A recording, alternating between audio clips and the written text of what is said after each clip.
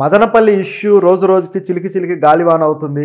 ఇక పెద్దిరెడ్డి చేసిన అక్రమాల చిట్టా ఒక్కొక్కటి బయటకు వస్తుంది. ఈ విషయంలో ఏపీ గవర్నమెంట్ చాలా సీరియస్గా ఉంది.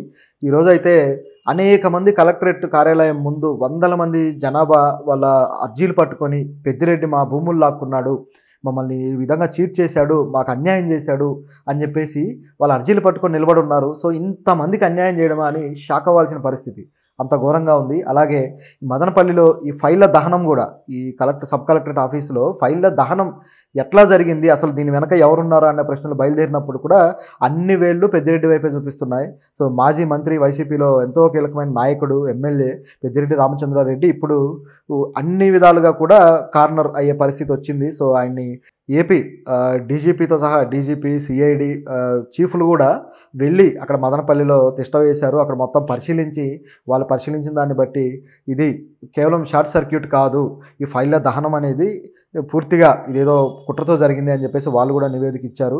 సో ఇక నుంచి ఇప్పుడు సిఐడి దర్యాప్తు స్టార్ట్ అయిపోయింది. ఇక ఆ దర్యాప్తులో ఏమేమి విషయాలు వెలుగులోకి వస్తాయి, అసలు ఆ ఫైళ్ళ దహనం వెనుక ఏం జరిగింది అనేది చూద్దాం. దాంతోపాటు అక్కడి ప్రజలకు ఆయన చేసిన అన్యాయం కావచ్చు, అక్కడ ఆయన పరిపాలన ఏ విధంగా ఉందనేది ఒకసారి గమనిస్తే, ఆయన రోడ్డు కూడా ఓపెన్ చేయడం జరిగింది. ఆయన ఇంటికి ఈ కార్పొరేషన్ శాఖ నుంచి రోడ్డు వేయించుకొని ఆ రోడ్లో ఇంకెవరూ వెళ్లకుండా గేట్లు వేసేసి మూసేసిన పరిస్థితి ఉంది. ఆ రోడ్డు మొత్తాన్ని పార్కింగ్ వాడుకోవటం కానీ ఈ విధంగా చేస్తూ వచ్చాడు. మొత్తానికైతే దీని విషయంలో ప్రజలు కూడా రియాక్ట్ అవ్వడము, గట్టిగా అడగడంతో ఇప్పుడు ఆ రోడ్డు ఓపెన్ చేయడం జరిగింది. సో ఇది పరిస్థితి.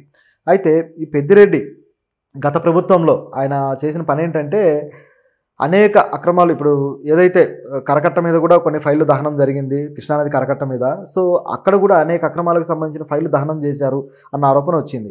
ఈయన పర్యాటక శాఖ అట్లాగే అటవీ శాఖకు సంబంధించి ఈ ముఖ్యంగా ఆ ఫైళ్ళని కరకట్ట మీద దహనం చేశాడని చెప్పేసి అప్పట్లో ఒక వ్యక్తి కేసు పెట్టడం ఇదంతా అయింది. దాంతోపాటు గత ఆదివారం ఇక్కడ మదనపల్లిలో కలెక్టరేట్ ఆఫీస్లో ఒక ఫైళ్ళు ఉండే ఏదైతే రూమ్ ఉందో ఆ రూమ్ వచ్చేసి 22A సెక్షన్ అనమాట. సో ఈ రూమ్లో ఫైళ్ళ దహనం జరిగింది. అంటే ఫైళ్ళు తగలబడిపోయాయి, దగ్ధమైనాయి. ఇందులో దాదాపు 2400 ఫైళ్ళ కన్నా ఎక్కువగా ఉన్నాయి ఫైల్స్. ఈ ఫైల్స్ దాదాపు కేవలం ఇప్పుడు మిగిలింది అయితే 700 ఫైల్స్ మాత్రమే మిగిలాయి, మిగతాయి అన్నీ కూడా తగలబడిపోయాయి. ఇది పరిస్థితి. సో ఇందులో ఆయన చేసిన అక్రమాలకు సంబంధించినవి ఉన్నాయి.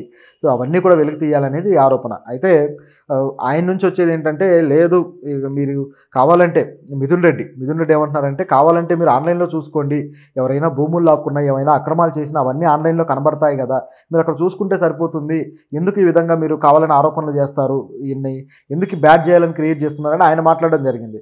అక్రమాలు చేసిన ఆన్లైన్లో పెట్టుకొని అంత పబ్లిక్గా బెటర్ కదా. ఇప్పుడు అటవీ శాఖ భూములు ఉన్నాయి, అటవీ శాఖ భూముల్ని ఎంత దోచుకున్నారు ఏంటి అనేది ఆన్లైన్లో ఎలా ఉంటుంది. అలాగే ప్రజలవి కూడా ఇప్పుడు వాళ్ళవి వీళ్ళు ఫేక్గా తయారు చేసుకున్నవి, సో ఆన్లైన్లో ఎక్కించకపోయినా వీళ్ళ దగ్గర పత్రాలతోటి అనేక ఇబ్బందులు పెట్టిన పరిస్థితి ఉంది ప్రజల్ని.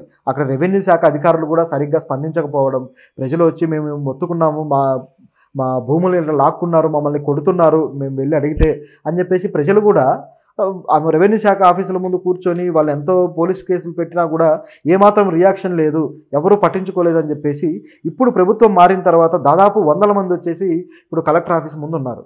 ఇది పరిస్థితి. సో వీటన్నిటికి సంబంధించిన ఆన్లైన్లో ప్రూఫ్లు ఎంతవరకు ఉంటాయి, కావాలంటే ప్రూఫ్లు చూసుకోండి అన్నారు, ప్రూఫ్లు ఏమో తగలబెట్టేశారు. సో ఇంకెక్కడ అవకాశం ఉంటుంది అనేది ఇక్కడ ప్రశ్న.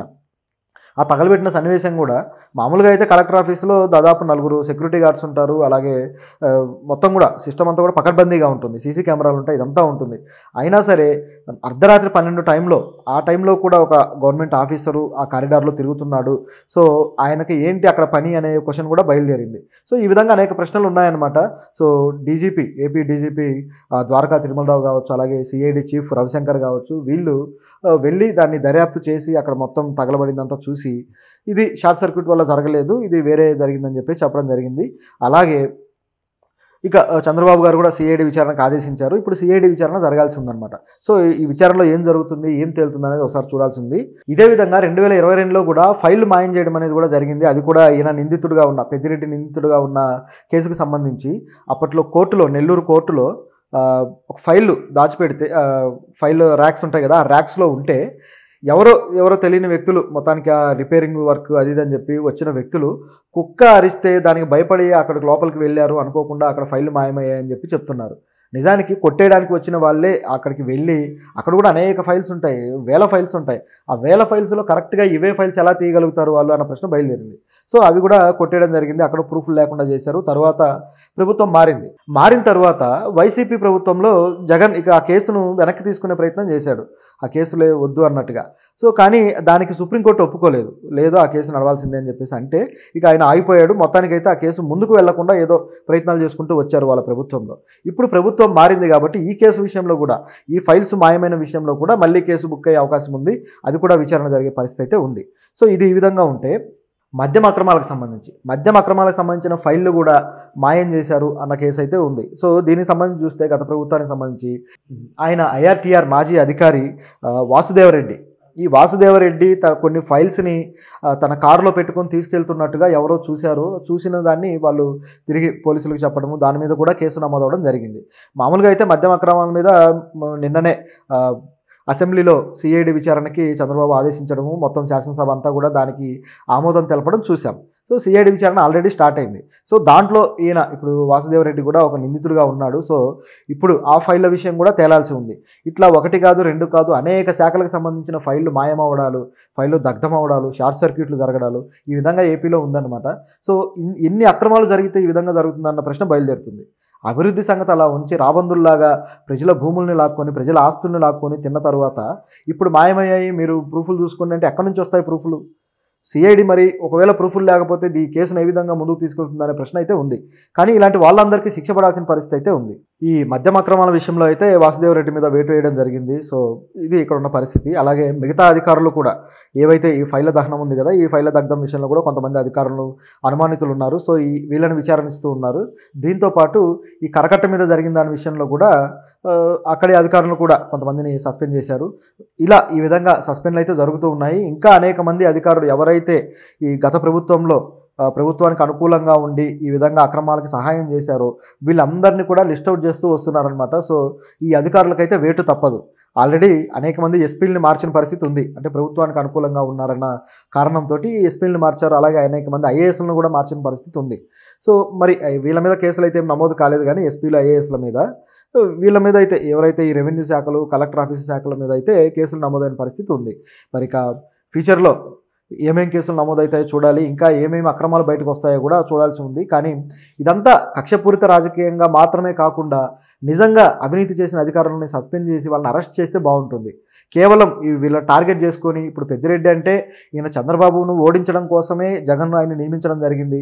ఆయన కుప్పంలోనే ఎక్కువగా ఉండి, ఎందుకంటే ఇలా వీళ్ళిద్దరూ గతంలో మిత్రులను కూడా అంటారు. సో వీళ్ళు ఏదో కలిసి చదువుకున్నారని కూడా అంటారు. కాకపోతే చంద్రబాబుకు సరైన ప్రత్యర్థిగా ఈయన భావించి పెట్టడము, ఆయన కుప్పంలో ఉన్న అభ్యర్థికి ఈయన ఫుల్ సపోర్ట్ ఇవ్వడము, కుప్పంలోనే ఉండి ఎంకరేజ్ చేయడం, ఇదంతా చూసాం మనం. సో ఈ విధంగా చేసిన తర్వాత అంటే చంద్రబాబు ఓటమిని కోరుకున్నాడు కాబట్టి అది జరగలేదు. మొత్తానికి ఈ కక్ష పెట్టుకొని చంద్రబాబు ఈయనను టార్గెట్ చేశాడన్న ప్రశ్న కూడా బయలుదేరింది. అయితే ఈయన చేసిన అక్రమాలన్నీ కనిపిస్తూనే ఉన్నాయి. అయినా సరే ఇది రాజకీయ కక్షతో చేస్తే కేవలం ఆ వ్యక్తిని మాత్రమే టార్గెట్ చేసి ఒక లాజికల్ ఎండ్కి తీసుకురాకుండా, ఒక సరైన సొల్యూషన్ ప్రజలకు ఇవ్వకుండా వాళ్ళని అరెస్ట్ చేసేసి ఇంక అయిపోయిందంటే కాదు, సొల్యూషన్ కూడా కావాలి. ఈ అవినీతి అన్యాయం జరిగిన ప్రజలందరూ ఉన్నారు కదా, వీళ్ళందరికీ కూడా మరి తిరిగి వాళ్ళ ఆస్తులు వాళ్ళకి ఇవ్వడము ఇదంతా జరగాలి. అలాగే ఈ రెవెన్యూ శాఖలో, కలెక్టర్ ఆఫీసుల్లో ఈ అవినీతికి ఎవరైతే ఎంకరేజ్ చేసి అవినీతికి వీళ్ళు దోహదం చేశారో ఆ నాయకులను కూడా, ఆ అధికారులను కూడా అరెస్ట్ చేయాల్సిన పరిస్థితి ఉంది. అప్పుడే దీనికి ఒక ఎండింగ్ వస్తుంది. అలాగే కరప్షన్ విషయంలో ప్రభుత్వం సిన్సియర్గా పనిచేస్తుంది అన్న విషయం కూడా ప్రజలకు అర్థమవుతుంది. లేకపోతే అన్నిట్లాగానే ఇది కూడా అయిపోతుంది. మళ్ళీ వాళ్ళ ప్రభుత్వంగానే వచ్చిందంటే మళ్ళీ ఇక్కడ ఉన్న లీడర్లను అరెస్ట్ చేయడం, ఇదే ప్రోగ్రామ్ సరిపోద్ది అనమాట. సో ఇది కాదు రాజకీయం.